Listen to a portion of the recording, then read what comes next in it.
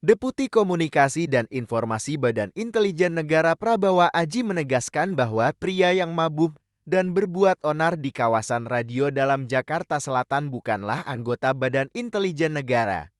Hal itu disampaikan Prabawa Aji seiring beredarnya video seorang pria mabuk dan berbuat onar yang viral di sejumlah media sosial. Kesimpulan tersebut didapat setelah pihak Badan Intelijen Negara melakukan penelusuran dan investigasi internal. Bukan anggota Badan Intelijen Negara, tetapi hanya mengaku-ngaku sebagai anggota Badan Intelijen Negara. Setiap personel Badan Intelijen Negara selalu mendapat pembinaan rutin dari atasannya agar dapat menghindari hal-hal yang bertentangan dengan hukum dan mematuhi kode etik intelijen serta sumpah intelijen, tegas Prabawa, Jumat 2 Agustus di Jakarta. Dia menyesalkan kejadian pria mabuk yang berbuat onar dan membawa nama institusi Badan Intelijen Negara.